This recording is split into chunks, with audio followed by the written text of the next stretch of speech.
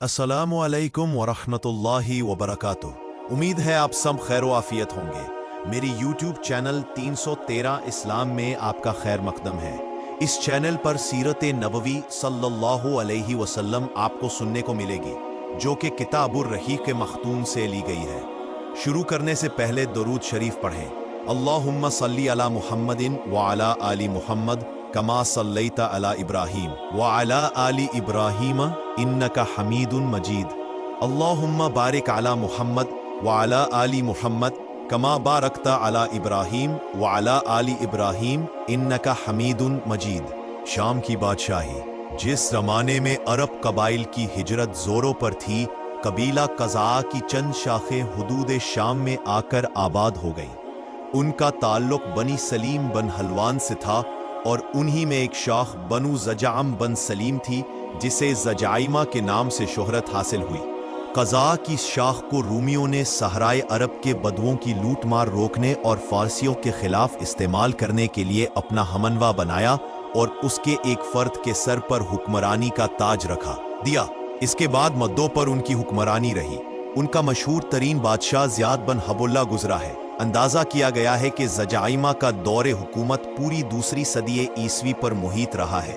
इसके बाद इस दियार में आले गस्सान की आमद हुई और ज़जाइमा की हुक्मरानी जाती रही।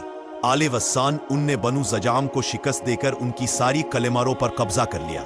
ये सूरत हाल देखकर रूमियों ने भी आले गस्सान को दियारे शाम के अरब बाशिंदों का बादशाह तस्लीम कर लिया। आले गस्सान का पाया तख्त दोमत अल जुंदल था और रूमियों के आलाकार की हैसियत से दियारे शाम पर उनकी हुक्मरानी मुसलसल कायम रही ताआन के खिलाफत फारूकी में 13 ईस्वी में यरमुक की जंग पेश आई और आले गस्सान का आखिरी हुक्मरान जबला बिन एयम हल्का बगोश इस्लाम हो गया है।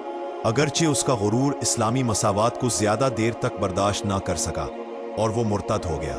हिजाज की अमारत। ये बात तो मारूफ है कि मक्का में आबादी का आगाज हजरत इस्माइल अलैहिस्सलाम से हुआ। आप अलैहिस्सलाम ने 133 साल की उम्र पाई और ताहयात मक्का के सरबराह और बैतुल्लाह के मुतवल्ली रहे हैं। आपके बाद आप अलैहिस्सलाम के 2 साहबजादगान नाबत फिर कैदार या कैदार फिर नाबत, ये के बाद दीगरे मक्का के वाली हुए। उनके बाद उनके नाना मुदाज बिन उम्रो जरहमी ने ज़मामे कार अपने हाथ में ले ली और इस तरह मक्का की सरबराही बनु जरहम की तरफ मुंतकिल हो गई और एक अरसे तक उन्हीं के हाथ में रही। हजरत इस्माइल अलैहिस्सलाम चूंकि अपने वालिद के साथ मिलकर बैतुल्लाह के बानी और मेमार थे, इसलिए उनकी औलाद को एक बावकार मकाम जरूर हासिल रहा, लेकिन इख्तिदार और इख्तियार में उनका कोई हिस्सा ना था। फिर दिन पर दिन और साल पर साल गुजरते गए, लेकिन हजरत इस्माइल अलैहिस्सलाम की औलाद गोशाए गुमनामी से ना निकल सकी। यहाँ तक कि बख्त नसर के ज़हूर से कुछ पहले बनु जुरहम की ताकत कमजोर पड़ गई और मक्का के उफुक पर अदनान का सियासी सितारा जगमगाना शुरू हुआ। इसका सबूत यह है कि बख्त नसर ने ज़ाते इरक में अरबों से जो मारका आराई की थी, उसमें अरब फौज का कमांडर जुरहमी ना था। फिर बख्त नसर ने जब 588 कब्ल मसीह में दूसरा हमला किया तो बनु अदनान भागकर यमन चले गए। उस वक्त बनु इसराइल के नबी हजरत यर्मिया थे। वो अदनान के बेटे माद को अपने साथ मुल्क शाम ले गए और जब बख्त नसर का जोर खत्म हुआ और माद मक्का आए तो उन्हें मक्का में कबीला जुरहम का सिर्फ एक शख्स जुरशम बिन जुलहमा मिला।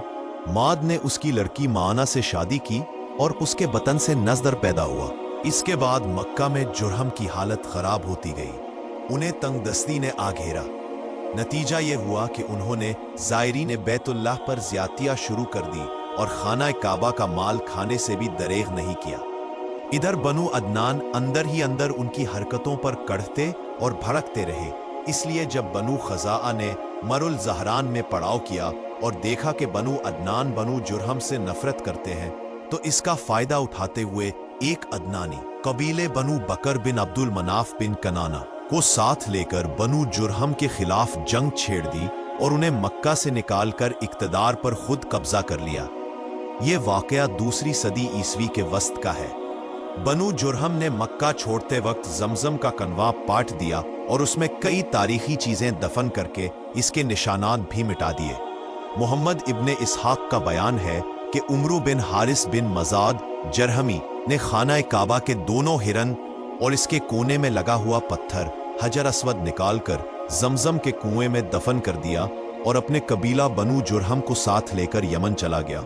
बनु जुरहम को मक्का से जिलावतनी और वहां की हुकूमत से महरूम होने का बड़ा कलक था। चुनाचे उम्रू मज़कूर ने इस सिलसिले में ये अशार कहे, जिसके मानी ये हैं, लगता है हजूम से सिफातिक कोई आशना था ही नहीं, और ना किसी कस्सा कोई मक्का की शबाना महफिलों में कस्सा गोई की। क्यों नहीं, यकीनन हम ही उसके बाशिंदे थे, लेकिन ज़माने की गर्दिशों और टूटी हुई किस्मतों ने हमें उजाड़ फेंका। हजरत इस्माइल अलैहिस्सलाम का ज़माना तकरीबन 2000 बरस कबल मसीह है। इस हिसाब से मक्का में कबीला जुरहम का वजूद कोई 2100 बरस तक रहा और उनकी हुक्मरानी लगभग 2000 बरस तक रही। बनु खज़ा ने मक्का पर कब्जा करने के बाद बनु बकर को शामिल किए बगैर तन्हा अपनी हुक्मरानी कायम की। अलबत्ता 3 अहम और इम्तियाजी मनासिब ऐसे थे जो मजरी कबाइल के हिस्से में आए।